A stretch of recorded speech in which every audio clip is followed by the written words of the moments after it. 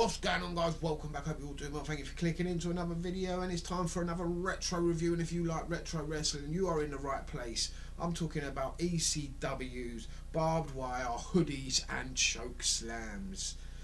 Another good pay-per-view from ECW, and let's get down to it. The first three matches, less said about. They lasted 6 minutes combined. You had the Broadstreet bully beating the New Jersey Devil with one shot, and then the Devil coming back with a hockey stick, knocking him down. Out comes 911, couple of choke slams taking him out. Not the best choke slams, did he? 911. He weren't the best. Honestly, there were some sloppy choke slams back in the day. I suppose it was the people who were taking it as well as their problem as well, not just him. You got to get up there, really, be able to jump up. And they really didn't help him much. Some of them looked like dead weights at times. Then we got Mikey Whipreck in the ring against, what was his name, Val Puccio. Fucking the size of that guy, and he got body shamed by the ECW crowd. Don't worry about that. They let him know that he was a fat bastard, and they took advantage. And they ripped the fuck out of the geezer. They really did. You wouldn't get that today in Philadelphia. Didn't see it in the ECW show they did a couple of weeks ago with NXT. Completely different crowd. This is ECW. Go back and watch this show. This is a proper ECW. If you want to watch proper shows from Philadelphia, go back and watch 95. They absolutely ripped the fuck out of this guy. But yeah, he's a sloppy fucker. He injures Mikey Whipreck. Mikey Whipreck looked like he dislocated his shoulder in this match and was able to do nothing else but kick him in the bollocks a couple of times, couple of low blows. Somehow gets a pin. 1, 2, 3. Mikey gets out there as the winner. Yeah, it wasn't a very good match. Lasted about 2 minutes. And then we get a young Gangrel who's going by the name of the Vampire Warrior in ECW. He's going up against Hack Myers, and yeah, makes light work of Hack Myers. And then we find out after the match through Stevie Richards that he is the husband of Luna, and that he's not happy that Luna's teaming with Tommy. And out comes Tommy, and they all get into a bit of an argument, and then a brawl erupts, and they're fighting all over the building. The Vampire Warrior and Tommy Dreamer. It turns into a match. Dreamer gets the win after a fantastic match. One of the best matches on this show, actually.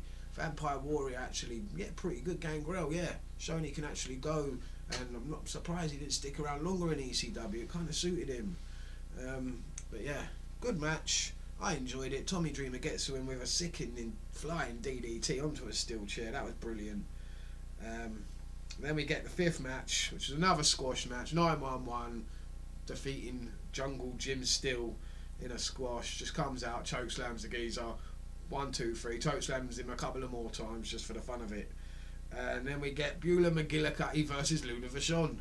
That's right, Valet versus Valet. More of the story from Dreamer and Raven. We've already had some. It's continuing. We're getting other people being brought into it now. It's a fantastic storyline. We get Luna involved. We got Beulah involved here, having a match one-on-one. I think Luna's going to absolutely destroy Beulah in her first match ever.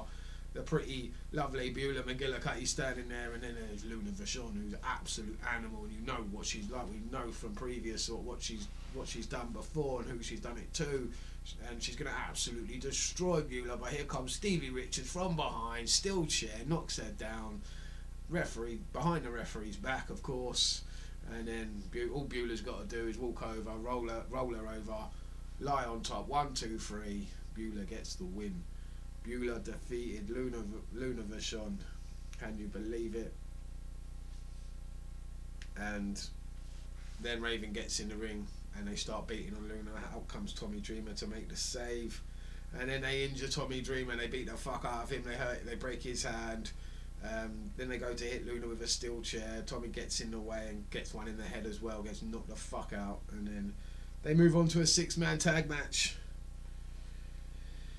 And Dreamer's supposed to be in that match along with Taz and Too Cold Scorpio, but he's not allowed to fight. Well, he's not able to fight, so they try. Hack Myers tries and takes his place, but here comes Bill Alfonso, one of the best heels in ECW of all time, in my opinion. Great heat with the crowd yet again on this show. Just they absolutely hate the geezer, and rightfully so. He's playing a great role, doing it really well, and yeah, you don't really see. Back then, you didn't see a heel referee like. Stamping his authority on things and doing what he was doing and making sure the rules were being followed, especially in ECW where they're supposed to be extreme. It really fit well for me. This character was brilliant, and Bill Alfonso knocked it out the park. You've got to give him his flowers, and he did right here, stopping it being Hack Myers getting in the match, and it had to be a handicap match with Taz and Too Cold Scorpio fighting Raven, fighting the Pitbulls. And we saw the debut in Francine ringside. Well, she was front row with the fans, pretending to be some nutty fan that loves Stevie Richards, and that distracts Raven, that distracts Stevie. They go off to the back. It's left with the Pitbulls versus Taz, the new Taz, who was fantastic, absolutely amazing, and Too Cold Scorpio. They're a really good underrated tag team. Yeah, definitely go and watch this match. It was really good. I enjoyed it when it got down to the Pitbulls of Taz and Too Cold. It was really, really good. I enjoyed it. Let me know what you think about that match. I thought it was really good. Then we get the penultimate match, the tag team title match, and yet again Bill Alfonso gets involved because it's supposed to be Public Enemy against Axel Rotten and a partner of his choosing, and he chooses the only person he can trust, the only person he knows who is just as hardcore and just as violent as he is, and that's his brother. That's right, they've been beating the shit out of each other for months and months and months, and now they're tagging up together. Make that make sense. Bill Alfonso weren't having none of it because he remembers he'd done his homework. That's right. They lost the match, the Bad Breed. When they lost that match, they had to split and no longer tag again in the ECW, and he enforced that rule. And then, out of nowhere, Axel just turns on his brother and says, you know what, if I can't fight them, I'll fight you. And they just started brawling throughout the building, and off they go. And it's just a Public Enemy left in the ring, just dancing in the ring. And then out of nowhere, here come a new tag team into ECW. The Gangstas have arrived. New Jack Mustafa, that's right. One of the best of all time in ECW. One of the best tag teams of all time in ECW. One of the best tag team champions of all time in ECW. Two of the best characters of all time in ECW. New Jack Mustafa arrive, and they just beat the shit out of the Public Enemy. They beat the crap out of them. They're pissing claret all over the place. They let them have it. They beat the crap out of them. They show them what hardcore, what extreme is all about, what being gangsters is all about. Being from the streets, what that's all about. They show them what is real. Real gangsters have arrived in ECW, and they let them know. They let Public Enemy know they have arrived, and they are ready to take those titles straight away. Great moment, one of the great moments in ECW history when the Gangstas arrive in ECW. If you haven't checked it out, you can go and check it out on my page.